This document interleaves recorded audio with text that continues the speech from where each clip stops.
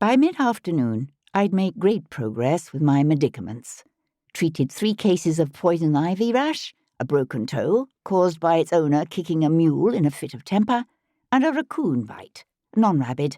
The hunter had knocked the coon out of a tree, thought it was dead, and went to pick it up, only to discover that it wasn't.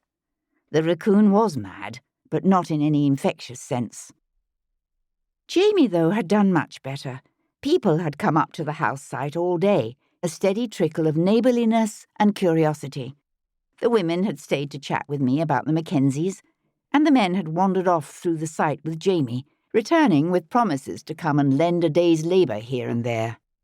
"Why don't you sit down for a bit?" I suggested, eyeing his leg. He was limping noticeably, and the leg was a vivid patchwork of red and purple, demarcated by the black stitches of my repair job. "Amy's left us a jug of beer." "Perhaps a wee bit later," he said. "What's that you're making, Sassenach?" "I'm going to make up some gallberry ointment for Lizzie Beardsley." "Are you out to the Jesuit bark, Sassenach?" He lifted his chin in the direction of the open medicine chest I'd set on the ground near him. "Do you not use that for Lizzie's tonic?" "I do," I said, rather surprised that he'd noticed. "I used the last of it 3 weeks ago, though, and haven't heard of anyone going to Wilmington or New Bern who might get me more." "Did you mention it to Roger Mack?" "No. Why him?" I asked, puzzled. Jamie leaned back against the cornerstone, wearing one of those overtly patient expressions that's meant to indicate that the person addressed is not being particularly bright. I snorted and flicked a gallberry at him. He caught it and examined it critically. "Is it edible?" "Amy says bees like the flowers," I said dubiously, pouring a large handful of the dark purple berries into my mortar. "But there's very likely a reason why they're called gallberries." "Ah." He tossed it back at me, and I dodged.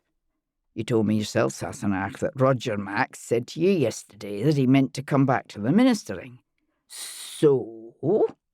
he went on patiently, seeing no hint of enlightenment on my face. "What would you do first, if that was your aim?"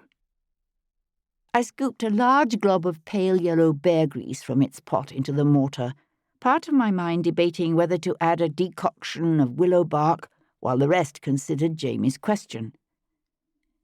"Ah," I said in turn, and pointed my pestle at him. I'd go round to all the people who'd been part of my congregation, so to speak, and let them know that Mac the Knife is back in town. He gave me a concerned look, but then shook his head, dislodging whatever image I'd just given him. "You would," he said, "and maybe introduce yourself to the folk who've come to the ridge since you left." And within a couple of days, everyone on the ridge, and probably half the Brethren's choir in Salem, would know about it. He nodded amiably. "Aye, and they'd all ken that you need Jesuit bark, and you'd likely get it within the month."